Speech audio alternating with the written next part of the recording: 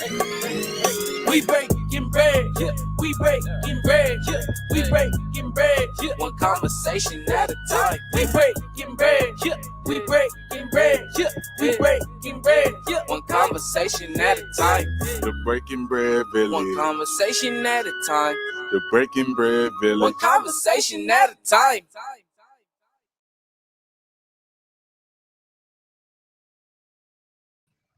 Hey everybody, welcome back to the Breaking Bread Village. So I'm really excited to have this conversation today, not just because of the conversation, but because of who we have on the show today. Very lively, very passionate individual. So I'm excited to bring them on. So I'm gonna go ahead and bring them on and not ramble and let them introduce themselves because they can do it better than I can. All right. Hey, Mr. Gregory, how are you? I'm grinning. Can you see me? I'm doing well, thank you. I was actually jamming to your theme song, so I'm really excited about that. It kind of sets the tone. So we yes, break bread. What we break the bread. So I'm all about it. Yes. My name is Gregory King. My preferred pronouns are he, him, his. I am an assistant professor of dance at Kent State University. I've been here this is my 5th year. I'm originally from Jamaica, so if you hear an accent, that's what it is. Proud to be a Jamaican. I mean, most of my ideals, who I am as a man, as a Black man, is rooted in how I was raised in Jamaica. But then I've been in America for 27 years, and so my Americanism sometimes finds its way into my performance of self. But Yes. I am excited to be here and to engage with you tonight. Awesome. Thank you. Let me bring on Miss Jazz Lynn. Hello, Hi. welcome. Thank you for having me. And yes, same with Gregory. The music was lit. I was like, okay, I like this. Yes. I love it. Yes. Go ahead and introduce yourself first. All right. Hi, everybody. My name is Jasmine Gowdy. I use the she series pronouns. I'm an assistant professor at Boston Conservatory at Berkeley, where I teach hip hop dance.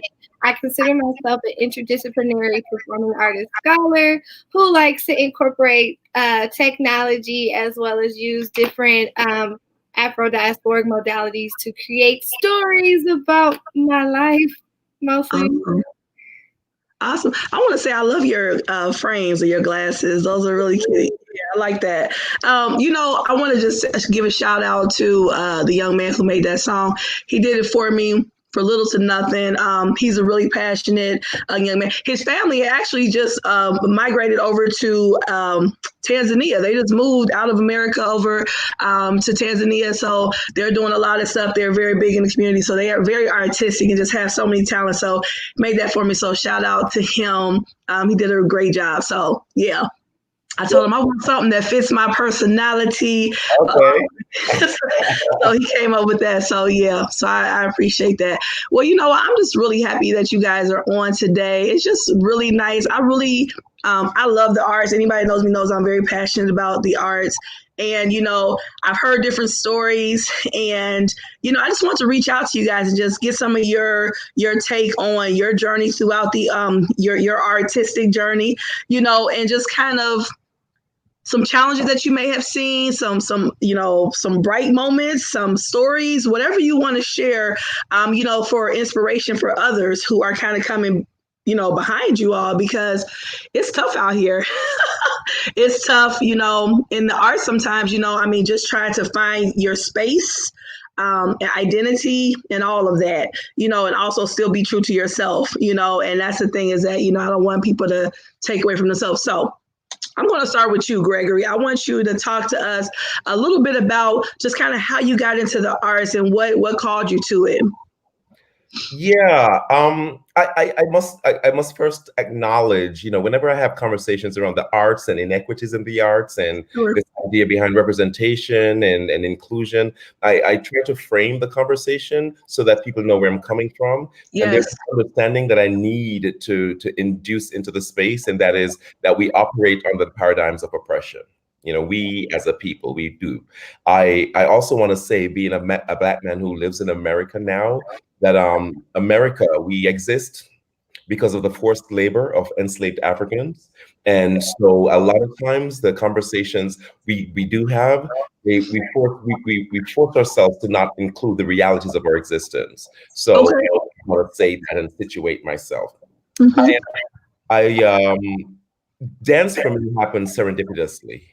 I left Jamaica because I wanted to be an actor. And so Okay. I decided I wanted to audition for the NYU theater program. Okay. My black belt came a day late, okay? Oh. A day late. But my friend was doing the dance audition and he said, just do the dance audition, you'll be fine. I said, but I'm not a dancer. Not like Mhm. that anyway, right? With Okay. the formal ballet Because classes. I've seen pictures of your dancing. So, okay, bring Oh, it on home because I want to. Oh, yes. Okay. I'm fierce to play. But the Okay. fierceness happened later. Come on. Gotcha. Okay. Okay. Okay. But no. So I was not a dancer by trade. And I did the dance audition. The director at the time called me into her office and she said, "We don't have your level here, but we think you have potential." Okay. It was that got me started to dance, right? And I use that's a really poignant story for me because I teach I teach being very clear and careful about the words I use because you never Okay. know how it will affect someone. Sure. Years later, my training happened at the Washington Ballet. I moved to New York. I danced with Donald Byrd, the group. I danced with the Metropolitan Opera, New York City Opera. And the last really, I guess, robust part of my dancing career happened in The Lion King on Broadway. Yes. Yes. Come on, Lion King. Ah, Yes. Beautiful. That was a beautiful work of art. Yeah. it's one of the things that really, first of all, the show to this day still gives me goosebumps when Yeah. I watch it or think about it or hear the soundtrack. And a lot of my friends and colleagues I met in that show, and so it really did help to situate how my artistic life was going to be. 7 years Sure. after the show, I decided I wanted to go to grad school. And Okay. so I went to grad school after The Lion King, and I started inquiring about how my Black body is represented in academic spaces. And so that's my trajectory. I don't want to take up too much time and space, but that's my, day one, day two. But I Yeah. really am grateful for the opportunities that I've had. And I Sure. want to say too, if there are young dancers who are listening and watching, that you get to create your own path, right? Yes. Mine, oh, Yes. absolutely. Mine Yes. was never linear or straight, right? There were hurdles and there were stop signs and there were yield signs. They were curvy, and then sometimes you Yeah. come at night and you get to tell that story years later. And I'm Yeah. grateful that as an educator, I get to do that. Yeah. So yeah. Okay. Yes. Yes. I love that fire. Okay, Miss Jaslyn, tell me your story. What inspired you to become a dancer? Well, surprisingly, growing up, I was a very active child, and I danced socially with my family because my father in my early life was a Oh, okay. DJ. And, I grew up in Milwaukee, Wisconsin, very Black neighborhood, so music is playing all the time. And my parents put me in gymnastics and dance. And then I had to come to a crossroad, dance meaning ballet, tap, and jazz at a studio. And then my parents were like, okay, you can't do both. Pick one. And I was like, I'm going to stick with dance because that's where I'm getting all like the shine. And everybody's like, you're doing so well. You're so great. Like just gas on gas Yeah. on gas studio. But then also like I was dancing socially with my friends on the block. I stayed up because I tell that to my students, like I learned hip hop and Black vernacular dances in community spaces on the corner Sure. at the park, at parties. I Yeah. was Yeah. fortunate enough growing up that I got to go to parties, or I snuck out and went to parties. Yes. Yes. And so while alongside doing studio dance training, for me, I honestly thought that I was going to be like this prima ballerina in DTH because all of a sudden I saw in middle school, like black ballerinas on stage. Before, you always saw like lily white women, and Milwaukee Ballet was nice. They had that one black person in the space, and I'm like, okay, Yeah. and so I could do that, but then not realizing that my ever so voluptuous body, even though back in the day I wasn't considered big. And we're gonna talk about that because that's a big part of it. That's a big part of it for me. Right. So like for me now, I'm considered a plus size woman. Yeah. Even when I was younger, like I was a very healthy child. Even though like my BMI was like over, my doctor was like, "You're healthy. Your body is fine. You're an active person. It's just that BMI don't work with you, and it's always going to work against you." But I didn't understand that growing up. But I was very active. It wasn't until middle school where I got the opportunity to dance with a professional West African dance company. Yeah. I was part of Tonkosi, which means Go Black, and Ton is for the kids. So Tonkosi, West African Dance Company in Milwaukee, Wisconsin, which celebrated 51 years this year. Shout out to Mama Fern Coco. Okay. I love the shout out. Yeah, the black woman took me in, and I was deemed Twinkle Toes because you got this girl doing ballet, tapping jazz. Even though she was doing her black vernacular dance, as soon as I started doing West African, it was like decolonizing your spine one-on-one, and it was a whole process. But she loved me, the company loved me, they took care of me. I learned so much, and it wasn't until, for me, high school that I decided to take a break from dance because I kept getting typecast. Well, let's wait about that because I want to talk about that. I want that to be its own thing because that's something that's important to me because I want to ask you guys about some challenges that you got. And sometimes and I know people don't like to talk about color. I get that. I get that people who have always been represented don't understand when people aren't represented and what it means to be represented. I know people don't understand that sometimes. So people ask questions like, why do we talk about color? Why do we talk about these things? Because that's all everybody always talks about. So we have to talk about these things because it's in our face constantly.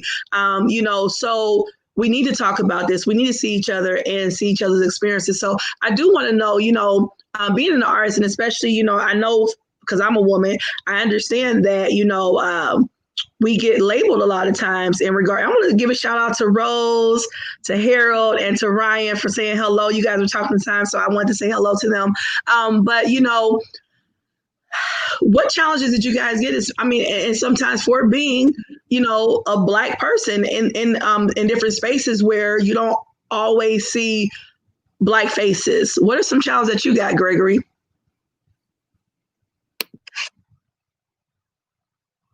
You're muted, Gregory. You're muted. We want to hear you. Oh, I'm so sorry. I was getting feedback when some of you were talking. So I want to say this, that I've been extremely privileged in my dance career, and I acknowledge that. I'm also privileged as a man. I think it's important to acknowledge that men take up a lot of space in this world, and so I just want to say that. The idea behind representation and what that looks like for a Black man versus a Black woman, a black man in dance, a Black man in modern dance versus ballet. There are very many different layers to the conversation. Sure. My issue with my Black body in dance spaces was always around this understanding of being exoticized or fetishized, right? Yes. So I was selected, I was chosen, I was picked, but only because of my Black body. Yes. And so it had its own sense of, there was pride attached to fear, right? Because what did that mean? It meant that me being a Black man, 6'3", muscular, tall, I was going to be lifting, right? Doing the heavy lifting. So there's this idea behind the Black body working. And what does that look like? But for me, when I was younger, I didn't think about it in those contexts. I just knew that I had a job. But in looking back, I realized that my black body was always the working Black body. So that is something that I will always remember and hold on to as a part of my career. Not the only part, but a part. Sure. I teach. I'm intentional about how allow different things to be represented on stage, right? Okay. I'm really intentional. So if I'm doing a duet with a Black woman and a white man, I want her to feel a certain way. I want him to feel a certain way. If I'm doing a duet with two women, a Black woman, a white woman, sometimes, and a lot of times I've seen this on stage where the Black woman is the one doing the lifting, so what it says, what it represents, and what it actually highlights. So I try to work really hard to decenter what has been taught to me, because it's all. Go ahead. I'm sorry. Do you think? No. I'm sorry. Do you think that's intentional? For me, it's intentional. What they do, I can't say. But I will say that when you engage in the conversation, there's always a denial. So I don't know what their true intentions are. What I do know that it has impact, and the impact is real than a more. Yeah, right. And that's the thing. Things are real, and that's the part that's hard. That's what makes it hard sometimes to have this conversation with people that don't quite live in those spaces or have to walk that journey, because it's hard because when you say it, it sounds so simple, and to other people, it's like, well, that's not a big deal. That's kind of like what you were supposed to do. But when you start seeing certain patterns of things, you can't help but say, wait a minute, this. And you mentioned something earlier about this idea about not wanting to talk about race and color. Oh, we're going to talk about race and color. It is important. It is necessary. It is urgent. And I allow that to be a part of all the conversations I have with my students. And it's interesting because I teach mostly white women. And so absolutely. And when I got back to classes this semester, I was intentional about talking about the whole Amy Cooper situation, right? How I teach them and I give my all to them and my resources to them, and then I still pass them on campus and they clutch their purses. So there's still a reality to my Blackness being feared, even while I'm educating through this Black body. You're the educator, right? You're the teacher. Yeah. People don't, and again, this is not a negative. It's just a reality. I mean, this is what it is. People don't understand because they don't walk it, and if you don't walk it, you can't see it sometimes. So Jaslyn, talk to me about being a female within the arts. Because we are often, especially as Black women, and this is just a reality. We are a lot of times naturally a little bit more voluptuous, shapely. We have different, just ways about us that we've just been gifted with. And so, but sometimes it's seen as a negative, so I won't go too deep into down that rabbit hole, but I want you to tell me what you experienced in regards to, in your journey. Yeah, for me, speaking of during my schooling, my K through 12 schooling, I was typecast a lot in ballet, tap, jazz, hip hop, more of the Black vernacular dances, which I mean, now I grow to understand because they're like, okay, we need Black people to do those dances, and you're a Black girl who can actually do those dances. But then also, I'm like, I'm trained. At the time, I was good. I don't want to go no more. I'm trained in ballet and contemporary dance forms. Why can't I pick getting those pieces? Why can't I get picked for those? And the first thing that usually came out of their mouths was, "We don't have a costume for you." And I wasn't that. I was a size in high school. I was a size 6 to 10. Okay. So that's. That's small. I mean, If you look back, they're on my Facebook. If you look back, I wasn't big. I just had thick thighs and a booty. Black girl struggles. And so for me, it was that. But the only time I felt loved and appreciated was in the West African dance community.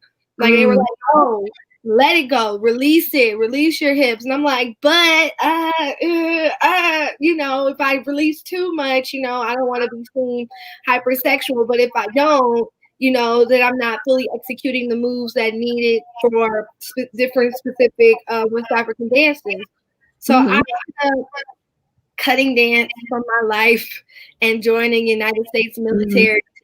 I'm a veteran. I went to the Air Force. I was a security forces officer, where even there I had body shame issues to where I was considered too heavy because of the BMI, because I'm short, I'm 5'4". At the time it was like 155, and I had to be 150 because I had to keep going on eating regimens. Like I was practicing unhealthy eating habits. So then when I got out the military, first before you get there, Jasmine, tell me how that made you feel in regards to, being told that being size 6'8" was too big. Because I mean, again, a lot of us can look back on our high school pictures and be like, please bring that back. I will like that back. Even now, I look back at a couple years back. Yes. I fluctuate weight-wise, depending on stress level, depending on my activities, like COVID. The weather. I was eating soul food during the summer, and I was not training, so my body represents the soul food that I was eating. Hey. But for me, I'm now in a better space of loving my body and appreciating that it still can do the necessary activities and choreographies that I want to project. When I look back at it, it made me feel terrible. Like I was mad. I was mad at my classmates. I was mad at my faculty members. Like it made me start practicing unhealthy eating habits. Like I did a little purging in high school. Then I realized it was not for me. And then I ended up doing more so the starvation tactic, which was like, I won't eat breakfast or lunch, but I'll eat a dinner, or like I'll drink a smoothie, or I'll have a chip here and there just to sustain myself. And even then, like my teachers would actually take my food from my hands. Like, you're eating chips, that's unhealthy. I'm like, but I didn't eat breakfast or lunch, like I'm eating this chip. Or just these are my chips. Don't touch my chips. These are my chips. And so like now I try to tell students to like love their body, and like when we talk about like training and disciplining the body, a lot of the training that has been given onto us have been very hostile, has been very anti-Black bodies. And for me, I'm like, okay, how can we adjust the ways in which we talk to dancers about their bodies and about the ways that they do the things that they do? Because a lot of times it's more so geared towards our visual representation. Like we want you to be muscular and strong and whatnot. Or it is like, I want you to have the smaller frame. But, so I'm sorry, Jasmine, do you think that went across the board for all women? Because I've heard.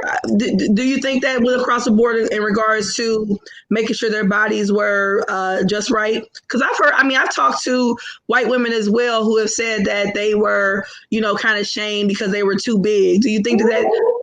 I think that a women's body gets shamed across the board, but in terms of who gets to get work, which fat body gets to have the job. Okay. Which fat body gets to get booked and busy versus racially? Okay. There's a you're in it. I'm not, so I'm just asking the question. Even if you look at the body positivity movement, who gets to be the body positivity spokesperson versus who doesn't?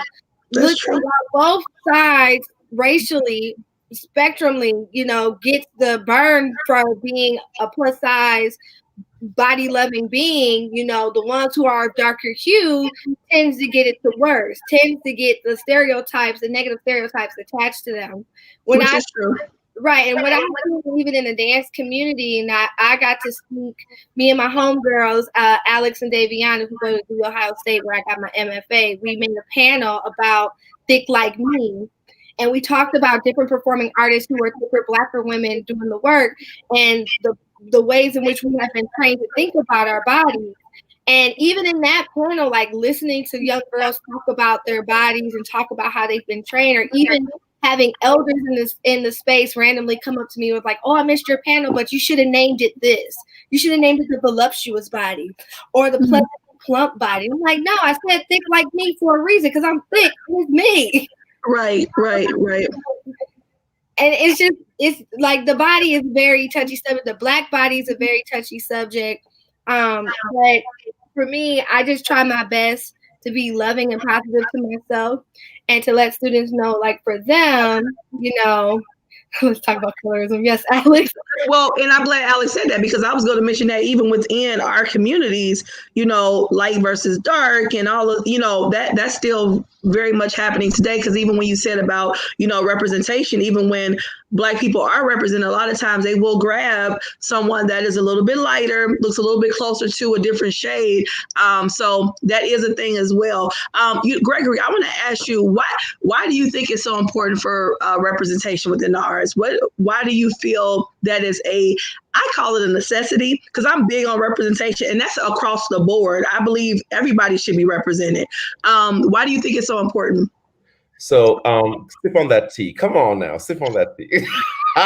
No, but I want to address something that Jazz was talking about earlier.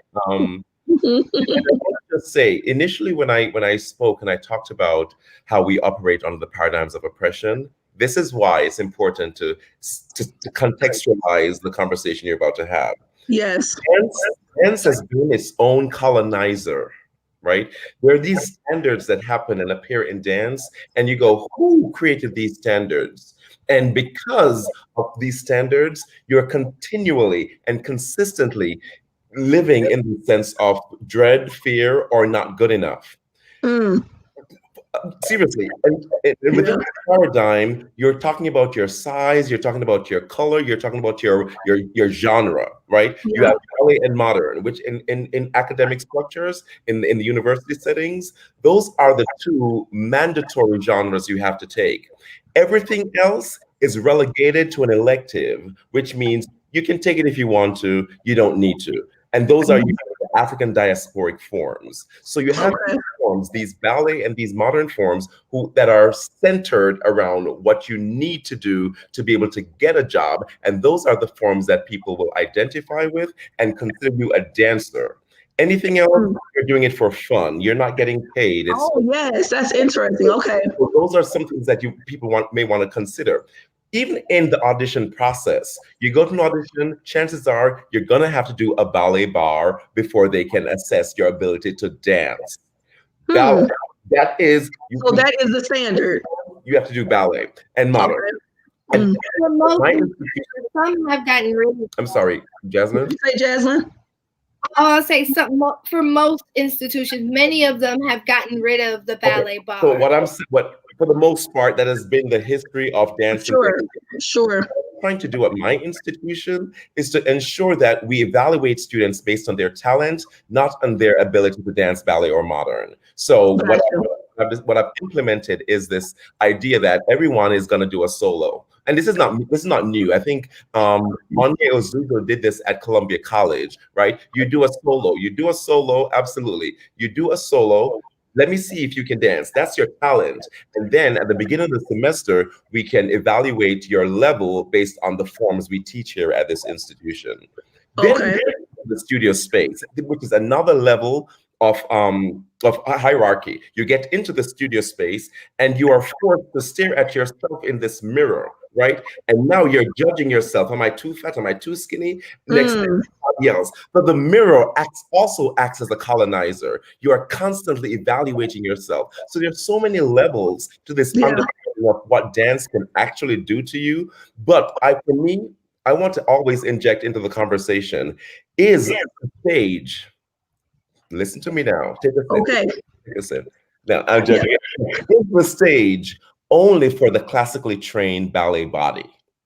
Okay. That's a question that we grapple with constantly. And the minute we can find a true answer to that, then we can understand the role we play in decolonization. Okay. So the question you asked me, and I did backtrack a little bit about representation matters. Representation matters. I believe strongly. If you can't see it, you can't be it. Yes. Yeah. If I don't know what's possible, then I'm dreaming about something that I can't even grasp the concept of. Right. Yeah. So when I teach, even though I teach predominantly white people, white students, white women to be specific, when I get the chance and the opportunity to engage with a Black student, that's power to me. It's power. Yeah. That person gets to see me as something that is possible, and possibility means everything. Oh yeah. No, I am in 120% agreement with that, and I really, and again, and I know I said it earlier, but I really don't believe that. I mean, and I've had many conversations about this. Why is it so important? And anybody that asks me that is somebody that I can visibly see by looking at them that has always been represented. You've always been represented, so you don't understand what it feels like to walk into a room and it's just you. You don't know what it feels like to live in a neighborhood and it's just you. You don't know what it feels like to walk into a grocery store and literally look around and see nobody else that looks like you. I mean, it can be a little daunting after, I want to after, tell you a story. So, I was 10, and there was an African American guy in the program, and he was a sophomore at the time. Oh, no, he was a junior. He was a junior because he'd never been on stage, and I came here and I cast him in my first ballet. Didn't care if he was a good dancer or not. I'm putting him in my piece, okay? Yeah. Come here, black boy. We're gonna do this. Train him. Mm-hmm. I was able to coach him and direct him and let him know that he could do it. I think that's also a part of it. This understanding that you have to somehow allow them to feel that they can. You can. Sure. In his senior year, we had a conversation, and I said, "What are we doing after we graduate?" And I always say "we" because I see myself in them, and I hope that they see that too, right? Yeah. Said, what are we doing after we graduate? And he said, "Well, I don't know." I said, "Well, I think we should go to grad school." And he goes, well, he laughed. Yeah. Not a concept to him, completely foreign. Yeah. And I said, not just any grad school. We're going to NYU. Mm-hmm. And then he really laughed, right? Here was a boy who auditioned 3 times to get into Kent State. Kent State. Well. Okay, it's okay. That's for another conversation.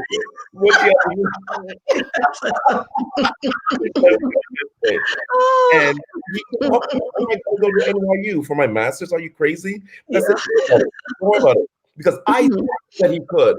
I knew that he could. Yeah. I said, just, apply. I'll write your recommendation letter. We're going to be all right. Yeah. This is how extra I am. And when I say I'm extra, I'm extra. I wrote the letter, and I submitted it. And the next day, I called the school because it wasn't enough. The letter wasn't enough. I need for you to hear me speak on behalf of the person. Yes. And I told them why they needed him. He texted me a copy of a screenshot of his acceptance letter. Oh. And I know. Tears, right? I know. Because for the first time in a long time, I felt like this young man felt that he could. I know. Oh, that just see.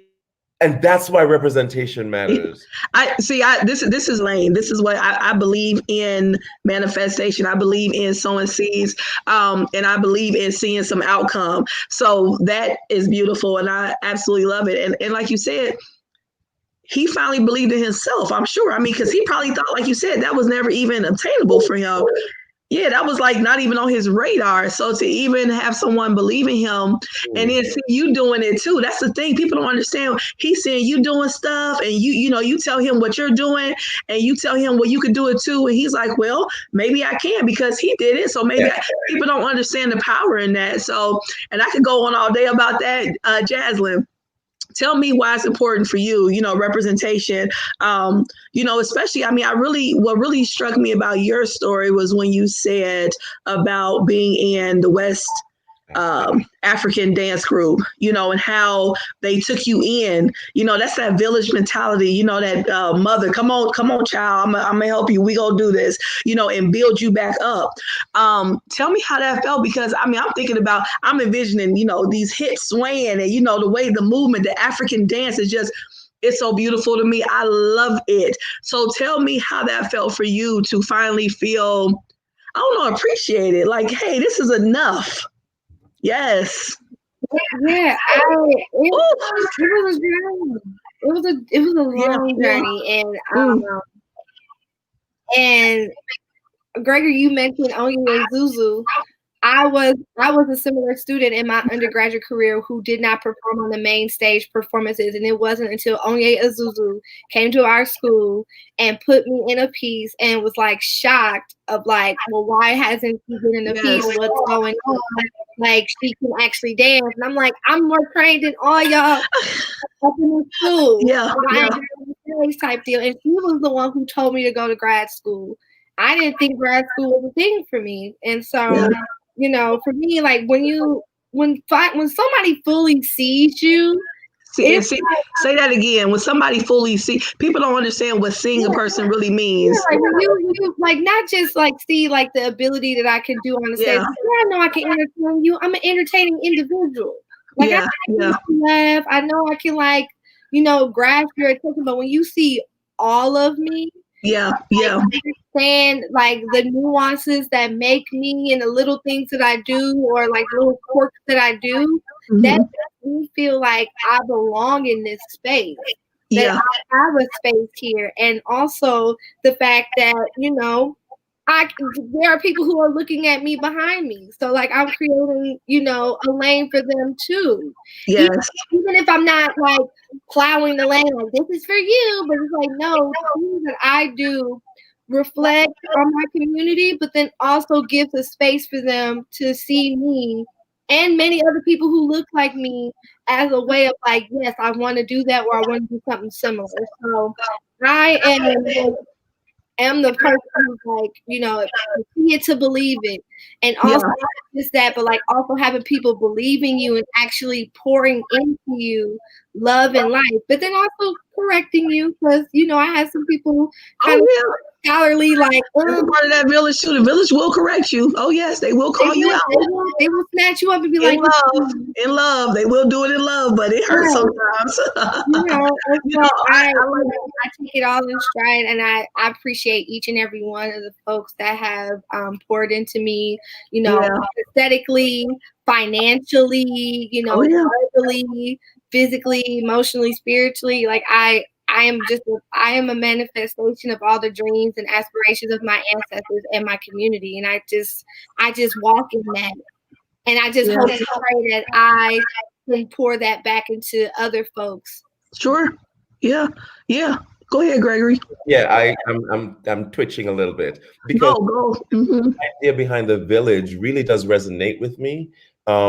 Because, you know, I do believe, you know, artists of a certain age, educators of a certain age, I've done a lot, right? And there's still more to be done, and I'm excited about my next journeys. But I think the idea of the village is like each one teaches one, right? And so the village keeps growing. And so now that I'm a part of this space where I know that I've created and people have created space for me, it's now my responsibility to create space for others. Yes. And that has to be an intentional act. And sometimes we get so caught up in our ownness that we forget. So that has to be something that we need to talk about and be intentional about. And that is ensuring that we create space for others. Yes. But also that oneness comes from the white supremacist models of the individualism and understand the erasure of the community aspect, which is not an Africanist form. Like, yes, it's you, me, we, but it's not just you. Yeah, it's a village. It's a village. And, you know, I really, Jasmine, I remember when you spoke earlier about, you know, how you were trained when you were younger, you learned ballet, you learned that. And my mother, she put me in all that too. And she always constantly, when we go see shows, she says, all that money I spent, you can't do none of that. It's like, thank you, Mom. Thank you. We stopped. They kept going. So let's move on from that. But no, I just, when you think about that, you know, when you talked about the dance that you did on the street, you know, in the school. Because I remember we used to dance in between classes. We would be in the hallway doing stuff. I mean, any new dance that came out, we would do it and then make it our own, right? And, you know, now we see it all on these TikToks and stuff, but we used to just do it. It was so fun. It was so much rhythm and energy. And, you know, I'm glad you spoke about that, because I really want us to go back to making that normal and not saying that as a negative, like, oh, you only are good at this, but that doesn't count. That is a beautiful, because a lot of our dance moves come from Mother Africa. I mean, it comes from a different space than some people recognize, and we add a little bit to it. You know what I mean? And but it's still a beautiful art. So I mean, what do you guys think about that?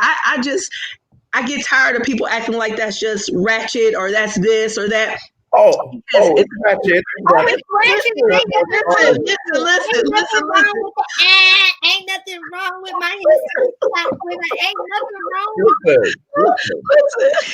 Don't be afraid of a little ratchetness. No, I'm not afraid of it. Now, I don't like when it's looked at a negative, when it's seen as a negative. But I'm okay with a little bit of extra and this and that. But we put this just even with our different verbiage and different things. Sometimes in our communities, we look at things, if we don't say it this specific way, that's not as good, or you're not as educated. So I just wish that. So what do you guys think about that? Tell me what you think about it. So that is also wrapped up in the idea of the colonizer, right?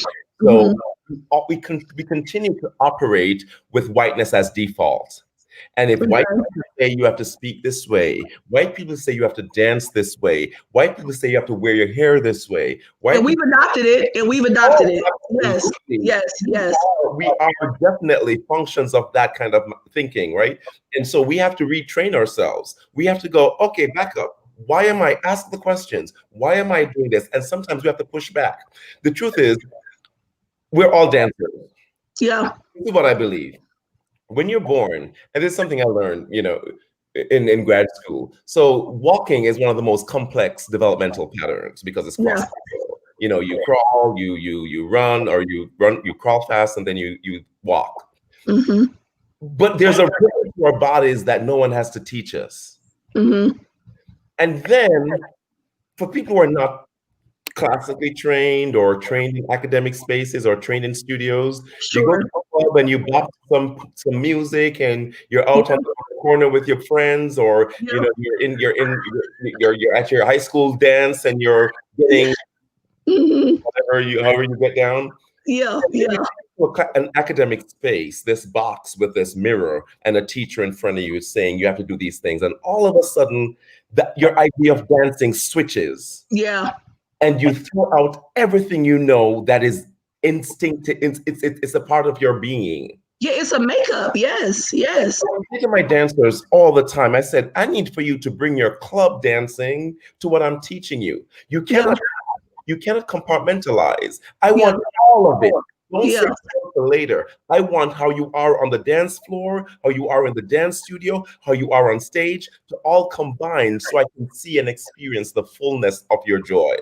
Yes. No, I love that. I love it. Yes, because it's so important, because, and this is across the board. This is not just a Black thing. This is whoever you are, whatever you are, be it to the fullest. Yes, and I just, and for me, I've always been a big personality. I've always been just full of a lot of life. Okay. And some people can handle it, some people can't. But, it gets so tiring for people to, oh, you talk too loud or you talk too aggressive. That word aggressive is really, it's so annoying, because it's like, no, I know what I'm saying. This is just, I'm confident in what I'm saying. But, and then you have to, in certain spaces, you feel like you have to, thank you, Karen. You feel like you have to, and she's not a Karen, but she's just, no, I'm just kidding. I'm just messing with her. But, I just get so tired of feeling like, especially women like myself, that you have to, lower yourself or, kind of quiet yourself to be who you are, to make everybody else comfortable. It's like, honey, look, hey, I'm sorry you're not comfortable, but this is me. So I like that you said that, Gregory, that you tell them to bring everything, because all that fire, that inspiration comes from somewhere. For me, when I used to dance, that was a release for me. I mean, if I was going through something hard, I would turn on music and I would cut up. Okay, you hear me? And if tears had to come down, or it didn't matter, and I would feel so lifted. I call it the sweet release. Yes. It is a powerful thing. And, so I love that. I love that you encourage that for people to just be themselves authentically and just, be transparent with who you are. Jasmine, what approach do you use with your students? Because I know you teach too, honey. So tell me, what's your approach? Make them sweat to death, but, similar to Gregory, I tell them to bring their whole self. I come in with the motto that everybody is a dancing body. Everybody is a dancing body. And that's because I'm like, we've all been dancing. What I have noticed in this generation is that I see less and less people dancing socially. And more of them are dancing on the internet. So I have, for me, the challenge in my hip hop class is like getting you outside of the walls of your phone. Yes. How can I get you to stretch? And so like I tell them, I'm like, I was like, show me some of y'all dances that you did growing up. And then you generally get the Millie Rock, you get the dab, you get all these dances now versus like when I was growing up, we bouncing, we popping, Yeah. And my knees are suffering now from all of that. Drop down and get that eagle off. Like I bring my whole self to class. I'm like, you're gonna get anecdotes, you're gonna get stories on how I learned how to do some of these things in the spaces where, regionally where I learned this stuff. I tell them to bring it there. I allow them to help fix the playlist. I give them parameters. Like, don't be putting the whack artists on my playlist or else while I allow collaboration, I'm still curating. There will be things deleted. I allow them to, I give them a list of aesthetics that they can learn from me, and I allow them to pick what they want to learn and vote on it, so they have like some type of voice in the class of what they want to learn. And I show them lots of videos. I give them lots of encouragement. We start with touching so when we were in the studio space, I'm like, you need to touch yourself. Be familiar. Yeah. Touch yourself, touch your body, love on your body, say positive things to your body, thank your body. See each other, look at each other, acknowledge one another. Like, don't walk past them, like acknowledge them to them going from the individual to the group to the full community. Yeah. And I tend to not like to use my mirrors. If there's a curtain, I close it because I get so sick and tired of them nitpicking in the mirror. Unless they need it. I do a lot of across the floor. I do a lot of circles. I do a lot of like positive reinforcement because for students coming into hip hop, I've noticed there's like a split. They either like, I got hip hop, I danced at my studio, or I have never had this. I am terrible. Like, please don't judge me. And it's like, okay, we're coming this. It's a culture, it's a community. We're gonna learn. We're gonna grow together. There are going to be some things that you learn, but don't toss it in the trash unless like it's problematic. But then also, just know that we're here to learn. We're here to learn. We're here to have fun. Jasmine, I'm glad that you brought that up. Did you have something to say, Gregory? I did. I wanted to acknowledge Jasline's point about collaboration versus curating. I think that's absolutely beautiful, and I might have to steal that. I'm just letting you know. I'll cite you, don't worry. But also, I want to say and mention this idea of the body, the full body, and how you bring that to dancing spaces. A lot of people, they dance with either their limbs, right, their arms and their legs, and they forget about their pelvises. My pelvis be so stiff. The pelvis. I'm from Jamaica, so we need some pelvis up in this piece. Come on now. That your entire body dances, your breast, your back, your spine, your pelvis, your belly button, all of it dances. And so, belly button, okay, even the belly button. Even the belly, okay. Oh, teach me something, y'all. I just want my dancers to always know and acknowledge the fullness of their body when they're in dancing spaces. Okay, yes. Mm-hmm. Mm-hmm. And even like I let them know. I'm like, I know I'm a voluptuous Black woman that you probably ain't had a voluptuous Black woman teach you dance. So I am very knowledgeable. For me, I'm very knowledgeable of my rear end and how it moves, and certain sweatpants and certain workout pants look good on me than others. I acknowledge that in the space. I let students know, like, it's understandable. You know, you may feel awkward because some of you are like, it's the first time I've danced in like years, or I'm wearing these things. I told them, like, I'm very confident in my body. Well, and that goes. Well, I want to hold that thought real quick. Karen asked, "Do you guys host any workshops? Do you guys do any online workshops?" Okay, so I hate teaching online. Mm. I do. There's something I love being in the space with my dance. It's the energy. It's the energy, right? Oh, very much so. And even now that we're back, and yes, belly button. Now we're back face to face, and we're dancing in masks, and they're all dancing in 10 by 10 squares. I have I have my mask on. I have a face shield, but my goodness! Wow! But I have to touch them, and so I put on gloves. I wear gloves, and after I touch each person, I take off my gloves and I put on new gloves. Oh, wow! It's a part of the process, right? Dance is experiential. You have to feel it. You have to become it, and there's something so real about it that you have to experience in person. And I know that COVID did force us outside of our box to think about dance in different contexts, but it's still not the same. So even if I do an online workshop, you're not going to feel the same. Come on, Karen. Yeah. I'm teaching online all semester. Our institution is online only. Wow. And all my classes, all of them. Oh, wow. Okay. Because my son, he's at CMU right now, and he has a tap class, and he absolutely hates doing it online. Tap on Zoom is not okay. I hope his professor ain't watching, because I'm sure he shared it with you, but he hates it.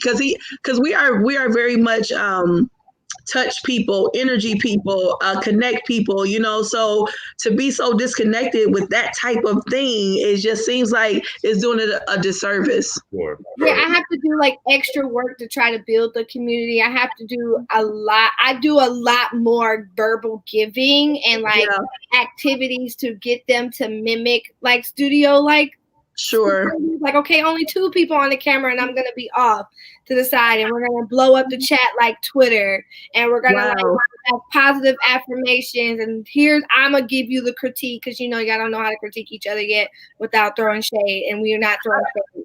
So so it's like a lot of trying to incorporate the social media culture with the professionalism of the ivory tower, and etc. So.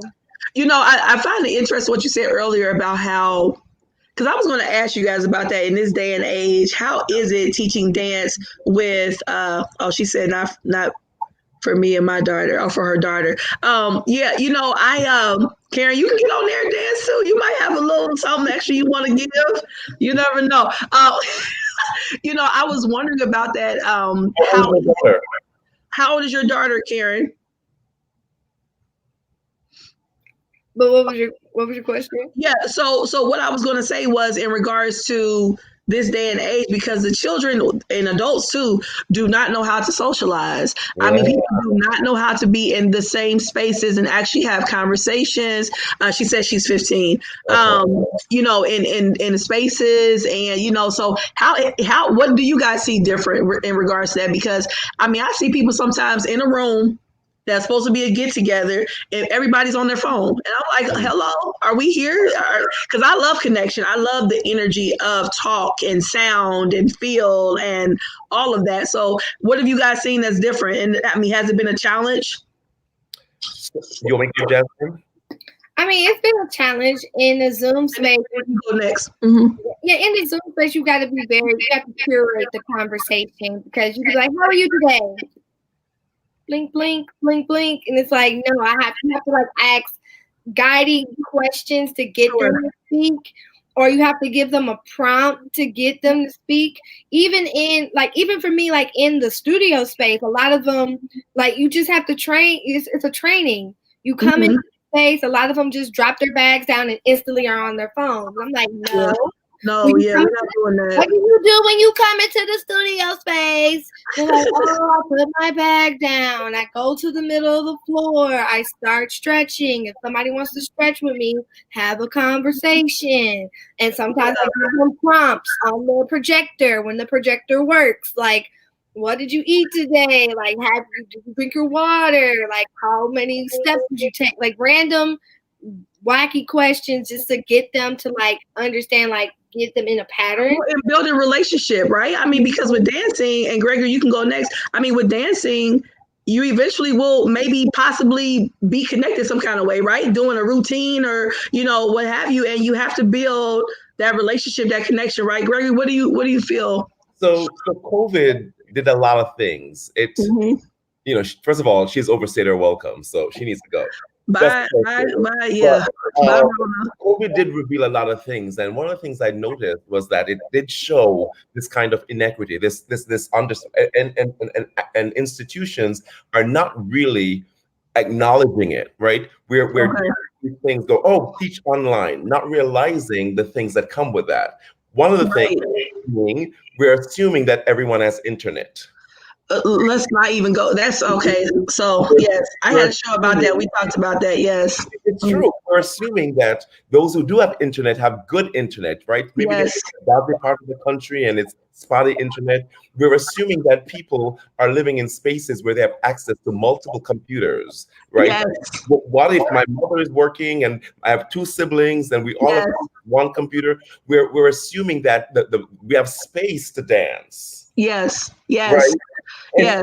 And those are more important conversations than me teaching a Zoom class. No, I need to know, how are you doing in this time of reimagining? Yeah.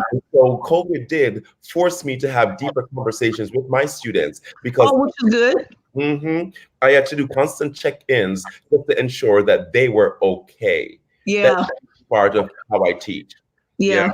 No, that's beautiful. If I don't know you. Yes, yes. And if they don't feel connected to you, they won't receive what you're even giving them. Yeah. No, that's really true what you said about that. You know, we've talked about that numerous times and it still seems like the higher ups don't get it. You know, like you said, I mean, Timmy could have a computer at home, but you know, his brother's using it, sisters using it, they have to split time. I mean, because when my son comes home for when he came home because of COVID, he was in the basement tapping. I mean, he's tried in the kitchen. That was too. He went down the I mean, you know, he's wherever he can go to do it. And thankfully, you know, we've been blessed with the space for him to have it. But you know, if you live in a 1-bedroom apartment or yes, what do you? I am a teacher who does not have space to teach. I literally have like a 5x5 space on carpet, and that's not what you're supposed to do. Yeah. This has been definitely, I mean, some positives and some negatives have come out of this. I mean, things for us to really think about and really, and it forced us to see, like you said, answer these things and address some of the issues that are there already. And now we've been made a little bit more aware of them. So that's a positive, you know, at least we know now and people can be a little bit more aware of some of the challenges. But I constantly say, I pray for teachers during this time. Maybe. I will say, I will give another positive. For me, it was forcing myself to rethink this idea of success in dance, right? Oh, yeah. For the most part, I was training my dancers to be on stage, to be performers. And now Broadway is shut down. There are no dance performances happening. I know. And that's real. That's a real part of the aftermath. But so what I try to do now is engage with my dancers around what else can we do in the field that's not on stage. Digital dance. But I think within the infrastructure of arts administration, right? You can still do marketing. You can be a program associate. You can within the art structure that you can do from home on a computer and not necessarily be a performer, if that might not be your calling, and or doesn't present itself in that way. Yeah. You know, this is. Oh, Jasmine, did you have something to add to that? I was just saying, like, to add, what I appreciate about this space is that I get to connect with different artists and scholars from around the world, and I know have meetings like this and have conversations like this. A group of us host like a weekly Zoom support group meeting. Oh, good. Like, us new academics in the space to try to like figure out the world. But then also, I always encourage students, like, is your Instagram upgraded? Is your website upgraded? Like, learn some new digital skills, you know, if you can't perform outside, you know, you can perform online. Like, what does digital dance look like? Mm-hmm. Not just dance for film, but like dancing in the digital space. Yeah. And I would say shout out to all of the youth, the Black youth, turning up on TikTok, because they have been entertaining me all summer long. No, you know, I appreciate you all and like what you do in regards of teaching within art. Like I said, I love the arts. I think it's essential. And I think that a lot of people have learned through COVID how essential it is. You know, when it first, that whole lockdown first started and people was in their houses for a month, you know, and they couldn't go to movies anymore, all these different outlets were offering, you know, free shows and free music concerts and free this, and people were getting life from that. Yeah. And, you know, I was telling people, I said, see, that's why the arts are so important, and people kind of look at them as a pastime and don't realize how essential they really are to our soul. I mean, I really believe music it speaks to my soul. I mean, it gives me literal life, you know. I love music. So, and I think a lot of people realize how important and necessary it was for them too during this time. Yeah. And you weren't free, you know, pay for that shit. I mean, come on now. You pay the artist. I'm sorry. Yes. I'm just saying, y'all need to pay for the artists. Like all this free stuff that's been passing around. We got bills, we got rent, we need stuff. Pay the artist, pay for the art. Even if they offer it to you for free, still send them quite a couple dollars in their pocket and share it and like it. Yeah.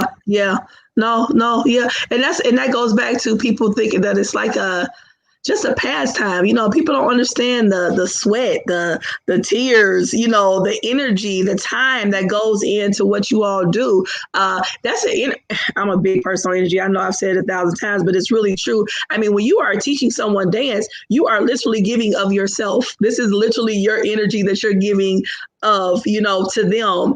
And not only that, you're also taking in whatever is around you, you know, from them. So it's a lot. It's a lot on the body, the mind, the soul. So I appreciate what you guys do, especially being teachers, because I've tried to teach people dance steps before, and it is not easy. Some people are a challenge. Yeah. So I appreciate what you guys do. You know, you're probably wrapping up, but I want to say and share this in the space. Oh, please do. Whenever I teach, I'm always exhausted when I'm done. I could never understand how people are not tired when they're done teaching. But I'm serious that there's this fullness that I bring to my teaching spaces. I also too want to say that I am grateful, and I say this with humility and pride, that I've never worked a day in my life doing something that was not dance related. Oh, that's awesome. I know. Yeah. Because not many people can say they get to do what they love and get paid for it. Because of that, I teach the way I teach. Yes. Right? I'm teaching you to have the career I had, or to have the experiences and the resources that I've had. And so sometimes it's a little rigorous, and you might think that I'm a little bit much, but because I had the career I had, I want you to have those same experiences. So I'm giving up myself with love. Yes, no. And you're also teaching them to go for what you want, be confident in what you want. You know, people don't understand that confidence and that passion, that drive is essential in you living a productive, happy life. You know, if you are, because I've worked jobs that I'm like, oh no, this is, you know, or I was myself in that job and they were like, you can't be yourself here. Oh, I can't. I've done that before, you know, where everybody else is wearing khakis and, all the plain colors, and I'm coming in with, different stuff and big earrings. And they're like, no, we don't really do that here. Oh, okay. Well, this isn't for me. It's not for me. Yes, no, I have to be free, man. I have to be myself. And that's just what I believe I'm purposed to be. And I have that right to be, and I'm a walk in that. So, and I've been blessed. I've been blessed. So anyway, I appreciate you guys so much. I can talk to y'all all night. This has been awesome. Part 2 then. Yes. I love this. I love the energy, the passion. And again, I thank you guys for what you do, because it's not easy. I mean, you guys are making it look easy right now, but it's a lot. You have to come up with a lot of stuff, and especially during this time, that's also, for all teachers, it's been little extra right now. So I appreciate you guys. Did you guys have any closing words you want to leave with? Some possible aspiring dancers that may be watching this or will watch this, what you would like to leave? Jaslyn, would you like to leave something to somebody, a little word? A little word. I would say, for those who aspire to be dancers or performing artists, who come from families who are ever so scared of you and your journey out there, just know that everything that you want and manifest will come to fruition with a little bit of hard work, with a little bit of love and support from the family that you chose, as what family that you're born into, will get you a long way. I am fortunate that I have traveled the world dancing, and I get to, share my gift with those who are willing to, see it for a couple dollars or so. I know that's right. You can do it. It's going to take a lot of time, energy, sweat, and tears. There will be some heartache and pain, but also know that there is a light at the end of the tunnel in this field. And it is a real job. I'm sorry, I just want to say this. People look at stuff like this as like not a real job. If you're not working in a corporate setting where you're sitting in, gray cubicles, that's not a real, this is a real job, and it's okay to follow this passion. So Gregory, did you have any, thank you for that, Jasmine. Gregory, did you have anything? Just quickly, and I think I mentioned it earlier, that as individuals, dance has always been for me about problem solving, right? It's not about the step; it's about problem solving. You get a step from a teacher, and you're figuring it out. You're figuring out which leg are you moving, which where's the port of bra, which way you're turning. It's about problem solving, and if you can problem solve that step, in a way, you can problem solve life. I think. You also create your own path. It's not any one way for any one person. You get to figure it out, and you might get lost along the way, and you surround yourself with people you trust and respect, and they will help to guide you. And know this, ballet and modern are not the only dance genres out there. And they're not the foundation either. Not a thing. Ballet is not the foundation of anything. So just know that there's so much more to explore, and find people who are willing to engage you in that exploration. Yeah. Support system. Yeah, support system, that village, that community, that kind word, that uplifting word that will be in your ear and say, you got this, you will do this.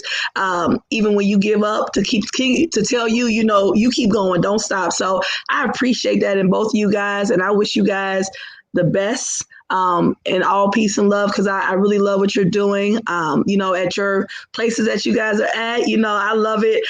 You just keep going. And I want to hear more about Lion King once, because I love it. Yes. About Lion King, because that was a beautiful, beautiful piece. So again, thank you guys. With love, I appreciate you guys. You guys have a great evening. You do the same. Bye. Thank you. Bye.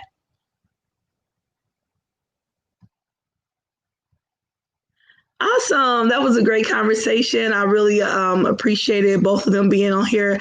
Y'all, my hair is coming down. My little bun that I had, I moved so much tonight. It's most I moved on one of my shows, right? But no, I appreciate them for being on. It was really nice. I love the art. So this was something that's really close to my heart.